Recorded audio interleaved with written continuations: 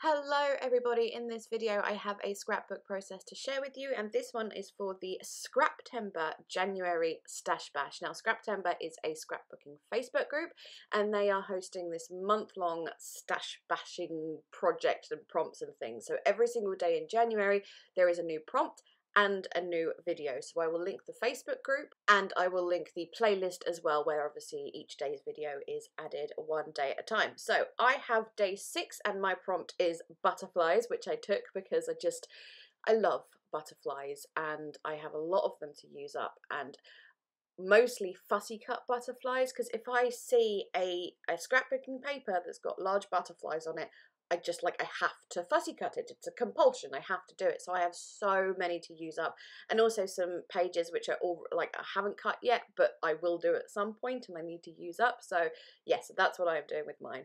So I took my paper, which is a texture cardstock, and I very faintly drew a butterfly shape, a very rough butterfly shape.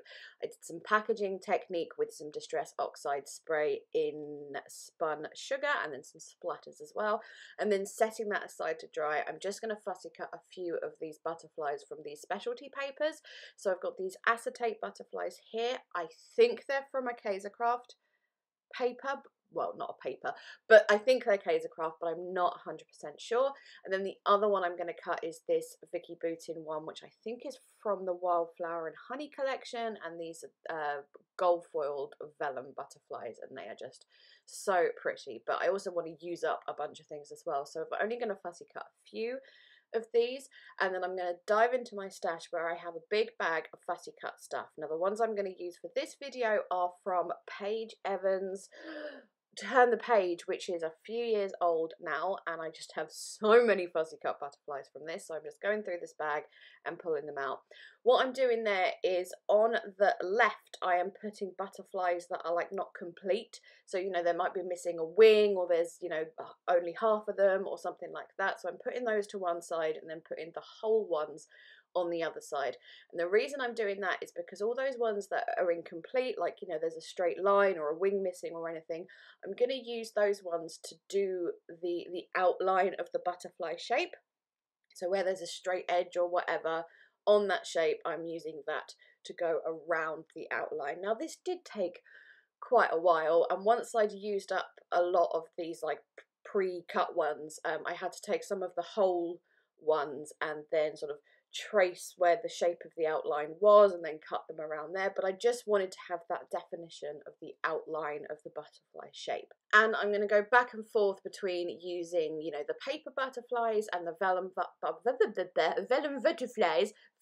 butterflies, so that there's lots of layers in this butterfly shape. And what I'm really doing is just filling the butterfly shape with loads and loads and loads of butterflies. They're really layered. I did it so there were no white spaces, it was completely full. And my photo, which you can just see on the right there, is a picture of my cat Conan. Surprise, surprise, I never scrap photos of my cat.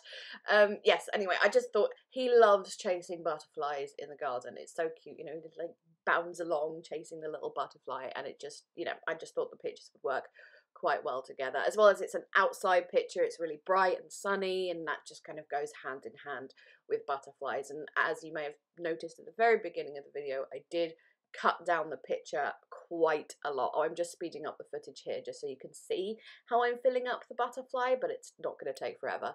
But yeah, so I cut down that photo significantly.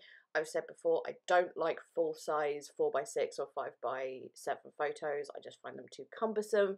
So I just, I cut it down so it's nice and little, but you can still see everything that's in the photo. So once all that was done, I'd done the outline, I then took the page to my sewing machine and did a really, really messy outline, stitched outline, just around that butterfly shape, just to kind of help enhance the shape and make it obvious what it was, because just with the butterfly edges it wasn't quite obvious, I suppose. So there's 3 really messily stitch lines, just as I said, to help accentuate the shape. And then once all the edges are done, I'm just going to go and fill in all the gaps. I'm doing all the sort of the paper ones first, and there's helpfully some really little butterflies from that Turn the Page collection, so they were really helpful for filling in those really little gaps. and then using those really pretty vellum ones. I'm so in love with them. Right on the top, so you can just see those and how beautiful they are. Then I'm just going to grab something from my stash to back the photo. This is a Recollections paper pad. I just wanted something bright and pretty, something like maybe green or something because of all the grass in the photo. And it had a little bit of gold foiling on, which helped with some of the gold foiling that's on those butterflies. So that's all I'm going to do for backing my photo. And then when I stick it down, I'm going to slightly tuck it under some of the wings sticking up on the butterflies. Oh, I forgot to say, I stuck the vellum butterflies down with glue dots just because, as I'm sure you know, vellum can be a pain to stick down. I find glue dots are one of the most reliable things to use, and then the paper ones I just use normal tacky glue for. So that's why the wings are sticking up, because I'd only used a glue dot right in the centre. And then I'm going to use these acetate butterflies, and I'm going to attach those with a stapler because acetate, like vellum, can be a total pain to stick down. And I have rose gold or copper staples in my stapler, so they look a little bit prettier than like stainless steel ones. You could argue that they don't match because there's gold, normal gold in the layout, and then the coppery rose gold colour, but you can't really see the staples anyway.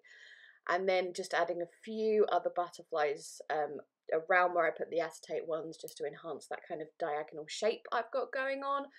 I put "You're a Limited Edition" for my title from one of my Happy Planner sticker books, just because I find with these sticker books there's so many pretty things in there which I want to see on something more permanent than a planner spread, so I often use those for scrapbooking titles. Then of course some splatters. I went back to the Spun Sugar Distress Oxide spray just because it needed a little more pink around the extra butterflies I'd added. Then of course some gold Heidi Swap Colour Shine, and I'm going to finish off with some Nouveau Dream Drops in the colour Gold Luxe. And that is it. That is that layout complete. I didn't count how many fussy cut butterflies I used, but it was a lot, so I've definitely used up some of my stash of those. So all that's left to say is thank you so much for watching, of course. I will leave links to the Scraptember Facebook group and the January Stash Bash playlist if you want to check out some of the other videos. I really recommend you do. I'm recording this on the 2nd, so I've only seen 2 so far, but they've both been great. And yeah, that's about it. Thank you so much again. I'm gonna go. Bye bye!